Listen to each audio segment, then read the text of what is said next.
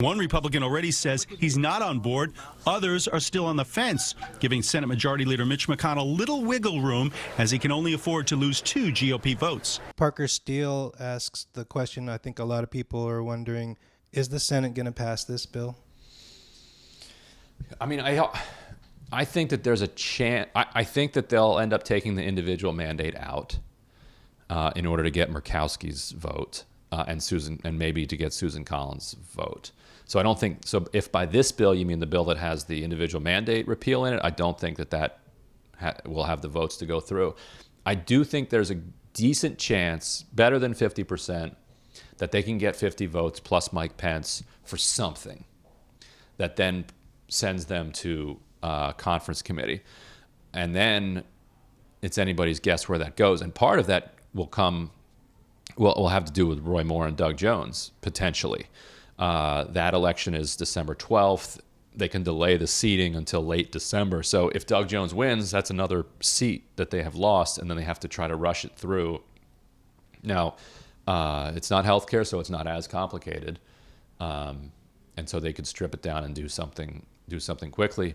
But they have huge problems. They've got the Bob Corker problem. Then they've got Collins, Murkowski, McCain, Jeff Flake, and Ron Johnson. Those are, that's a significant number of people.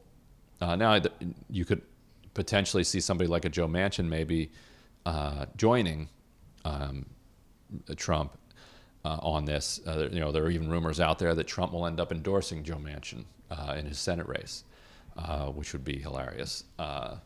So I think that there's a better than 50% chance that it passes, but it's very dicey. Amber Taylor says, can you explain again about how this plan will impact student loan deductions? Gets rid of them. So right now, at the end of the year, you can, all of the interest that you pay on your student loans, you can write off your taxes. And let's say you paid $1,000 in interest during the tax year. That $1,000, and let's say you're paying taxes at a 25% rate, that basically means you get $250 off your tax bill there because you're not paying on that. And the rationale is that you didn't get to enjoy that money. You didn't get to spend it on anything you didn't spend it on avocado toast. You spent it on interest for your student loans, and so therefore you shouldn't have to pay taxes on it. This would say no, you can't write that off. So if you paid $1,000, then and you pay a 25% rate, then your tax bill is $250 higher, and that $250 and that's the indignity of it. That $250 that they're squeezing out of you is going to pay for getting rid of the estate tax or cutting Apple's corporate tax from 35 down to 20. Let's say you don't have student loans or you've paid yours off. If you live in a country where less and less people are going to be able to afford to go and get those advanced degrees. Right, and the indignities don't stop there. They're stopping, right now our education system is so broken that teachers spend a significant amount of money every year buying supplies for their children, the children in their classrooms. Currently, you can deduct that from your taxes. Republicans are taking that away. Another way they're whacking universities is right now graduate students who spend 8 years of their life living on mac and cheese to get their PhD and then spend 8 years trying to get a job and can only get hired as adjuncts making $3,000 per class. The way that they get paid is that they get a small stipend and then they get a tuition break. Normally they get the entire tuition paid for by the school, which they should. They are, these are adults by this point. They're working for the school, and in the meantime, they're writing their dissertation.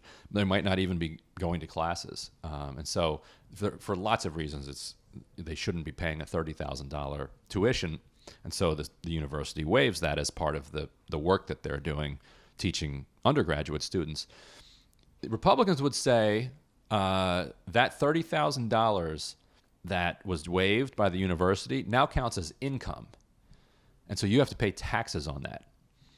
Even though you didn't get money, you just got it waived. And so 25% of, or 30% of 30,000, that's $10,000.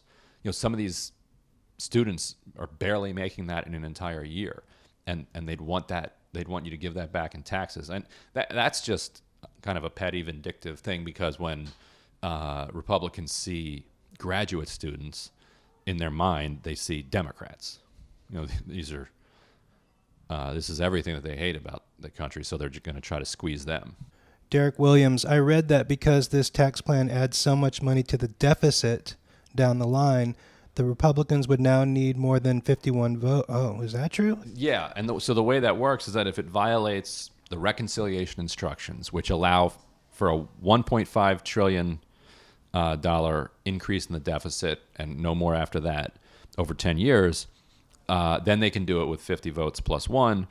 But if it's more than that, then it's subject to the filibuster. So it's up in the air whether or not it'll come within the margin. So he's right about that. But rather than finding another 10 votes, they'll just... Right. There's no circumstance under which they're going to try to do this with 60 votes, because they don't have 60 votes to do it. So, right, they will continue to rewrite the package up until the very last moment. And that becomes a timing problem for them, because it takes a while to get it scored and counted. Now, there is a solution that they could try, and that is to have Mike Enzi, who is the chair of the Budget Committee, it's just simply deem that it is in line with the 1.5 trillion estimate. There is no law that says the CBO has to agree. So if they're not constrained by laws and only by norms, perhaps that's the route they end up going if they think they have the votes and they can move quickly to do it. If you do something through reconciliation, it only needs 50 votes, bare majority. Any other process requires 60 votes to overcome a filibuster.